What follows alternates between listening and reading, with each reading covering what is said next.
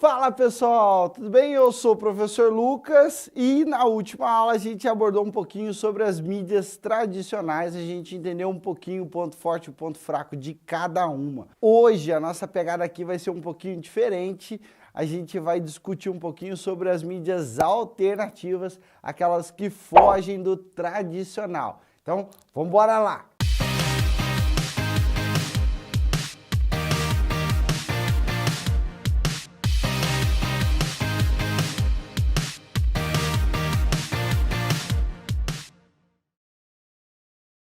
Bacana, então a primeira coisa que a gente precisa entender como que uma mídia ela é considerada alternativa, pessoal. Uma mídia alternativa é uma mídia que foge dos meios tradicionais, ou seja, cinema, jornal, rádio, TV, panfleto, isso são mídias tradicionais, a finalidade é essa. Agora, mídias alternativas, para você entender e diferenciar, são aqueles pontos, aquelas estratégias que você vai colocar um pouquinho de criatividade e, consequentemente, aproveitar a oportunidade. Geralmente, essas mídias chamam a atenção das pessoas justamente pela sua originalidade, ok? Dentro das mídias alternativas, nós temos uma outra mídia que faz uma diferença danada, que são as mídias interativas.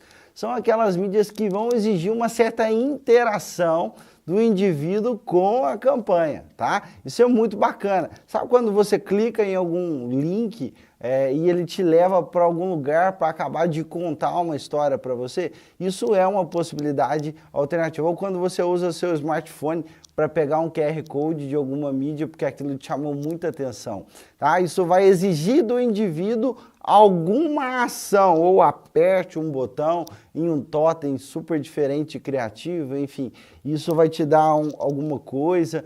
Isso são mídias interativas. Vamos entender um pouquinho mais disso. Alguns locais que a gente pode trabalhar de início, tanto as mídias alternativas quanto as mídias interativas, apenas para a gente refletir, ok? Aquele lugar que você segura no ônibus, alça de apoio do ônibus, escada rolante, veículos diversos, telefones públicos estão acabando, mas ainda temos alguns. Aqueles telões espalhados aí por shopping que você pode interagir como o touch, a própria vitrine, hoje a gente já consegue trabalhar com holograma em ações que podem trabalhar aí de certa forma uma interação com o futuro cliente. Piso, o próprio chão pode ser uma pegada muito bacana, tá? Banheiro é uma mídia fantástica que dá para usar também, mas tome cuidado com o tipo de produto ou que produto você vai colocar lá. Alguns espaços no avião são muito utilizados também. Embalagem, a gente não pode esquecer que uma mídia fantástica é a própria embalagem de um produto. Mobiliário urbano, como poltronas e assim sucessivamente. Enfim, pessoal, o universo de possibilidade é gigante, cancela. Enfim, você pode utilizar mídias alternativas para comunicar com o seu futuro cliente de uma maneira diferente que vai fazer ele prestar atenção e refletir sobre aquilo. Então, para pensar um pouquinho nessas mídias. Para a gente exemplificar algumas paradas bacanas, eu vou pedir para o editor colocar aí algumas imagens. Está aí a primeira, uma interação de um indivíduo com uma das principais obras de arte, tá? Ao indivíduo chegar para um consultório, uma clínica estética, tá essa pintura onde Deus coloca o dedo aí junto com o da pessoa, Deus na pintura, né? Ou seja, tudo é possível, eles recriam você, tá?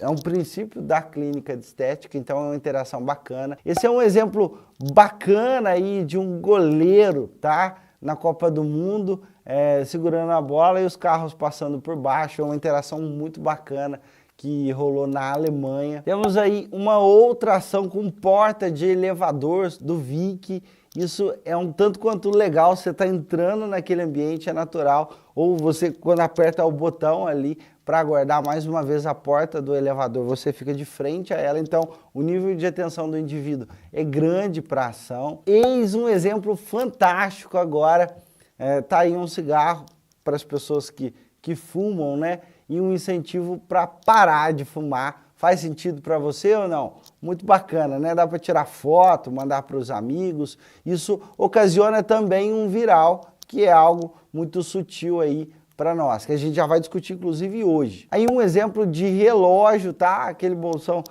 que você segura para pegar o ônibus, mais uma mídia muito bacana. Cancela, para quem quer fazer aí uma academia, estacionamento do shopping pode ser uma jogada interessante. Bike door, pessoal, isso é muito bacana.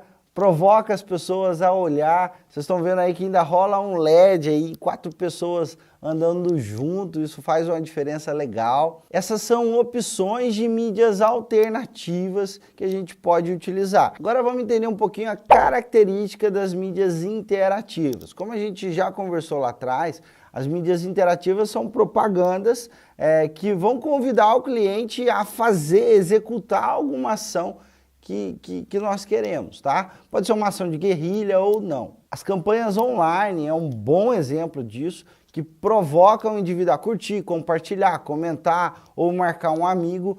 Essa é uma ação interativa com o cliente. Então ele está se engajando e se envolvendo na campanha, mesmo que por um tempo menor, mas ele de certa forma também está propagando a campanha para você. Então pode ser uma mídia muito viável, ok? Dá uma olhada em alguns exemplos bacanas de mídias interativas, só que off. Dá uma olhada nessa, gente.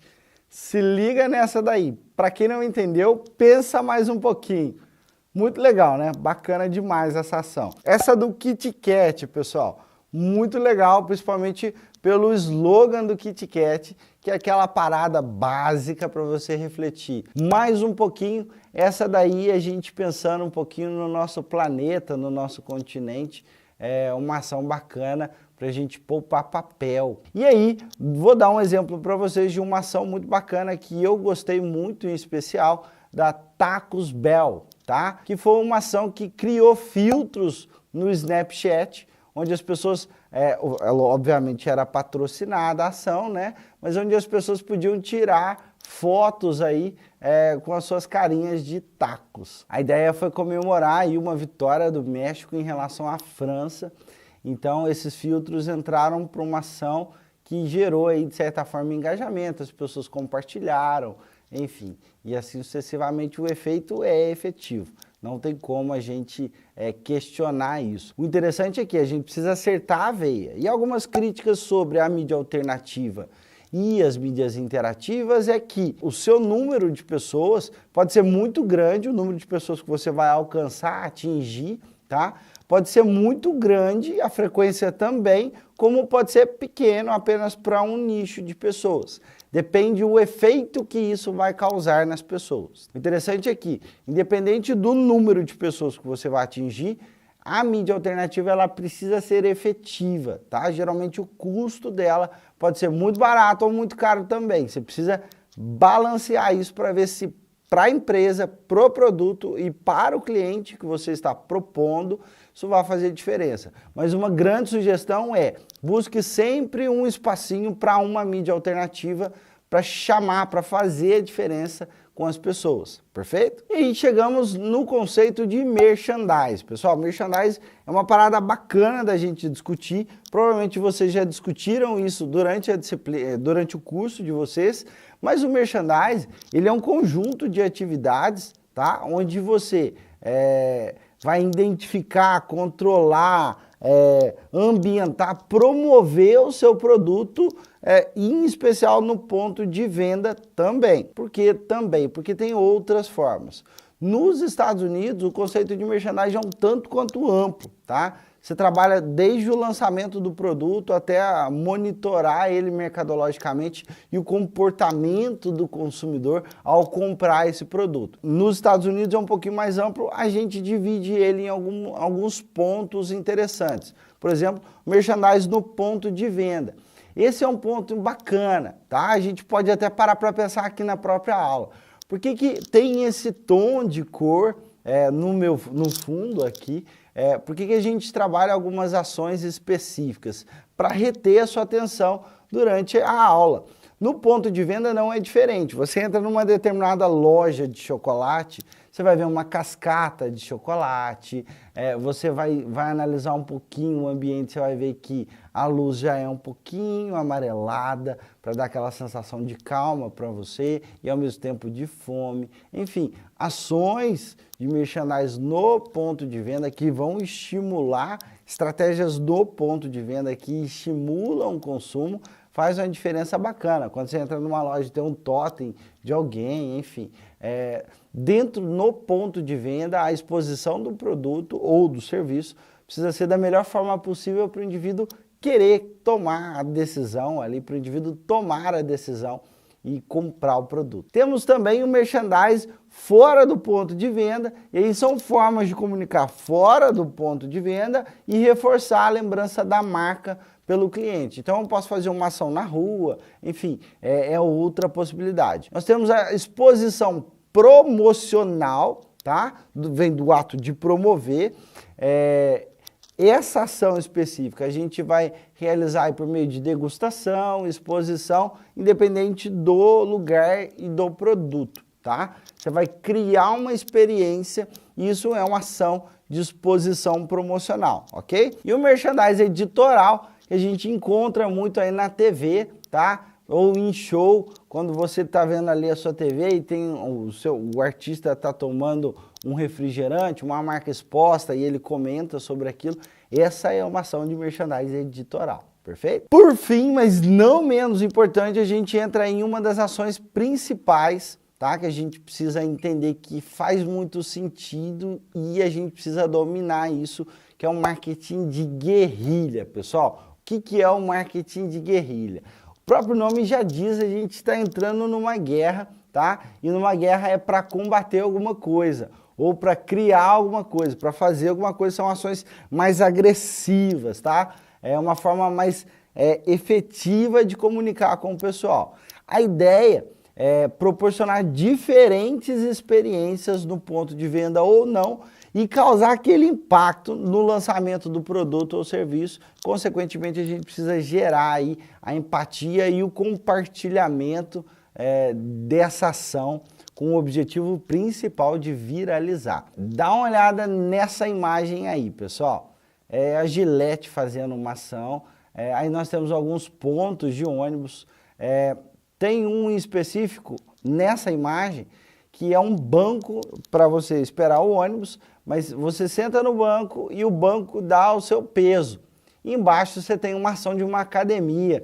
Faz sentido ou não, galera? Faz muito sentido. Aí uma ação de um esmalte, um tanto quanto interessante, faz as pessoas olharem, tirarem foto, contar para os outros. Essa é uma ação da Audi no cinema, tá? Você senta na poltrona específica do Audi e aproveita todo o conforto. Uma ação da Oral-B, mostrando aí, é melhor usar Oral-B do que deixar o dente assim, bacana. Essa é uma ação da Nivea em relação à celulite, com Nivea, sem Nivea, tá aí um pouquinho desse contexto. Então uma ação de guerrilha, ela deve ser pensada sobre a seguinte ótica: eu vou fugir do convencional de comunicação e a minha finalidade, a finalidade principal é gerar o queridíssimo boca a boca, que hoje pode ser dividido em duas formas, o boca a boca pessoal e o boca a boca online, né, pessoal, que é o que está em voga hoje. Algumas estratégias, só algumas pitadinhas. A intervenção urbana,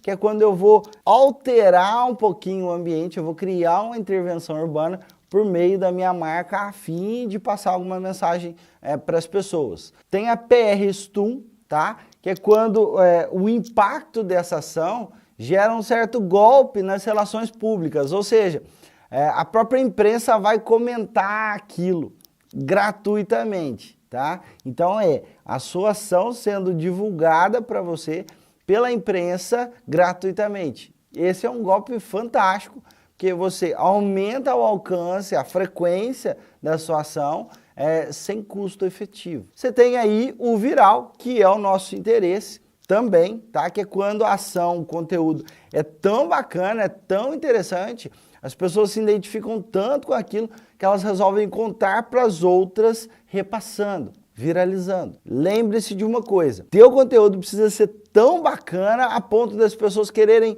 contar, mandar para as outras. Isso é viralizar. Esse é o bacana do negócio. E quando eu falo de boca a boca, eu falo dos dois pontos, seja ele positivo ou negativo, tá? Lembrando que uma estatística aí, há um tempo atrás, era o seguinte: um cliente satisfeito influenciava 5, tá? 5 novos clientes. Um cliente insatisfeito influencia 20 pessoas, ou seja, menos 20 pessoas para o negócio.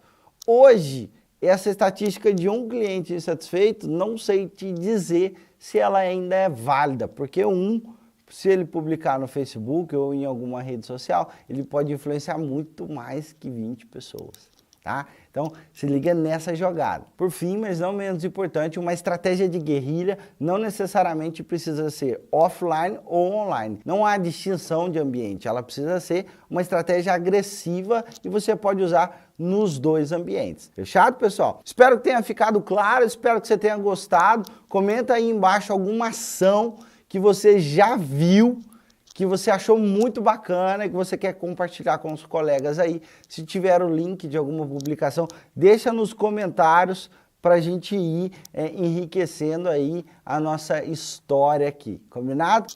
Beijo no coração de vocês e a gente se encontra na próxima aula. Te espero lá. Valeu!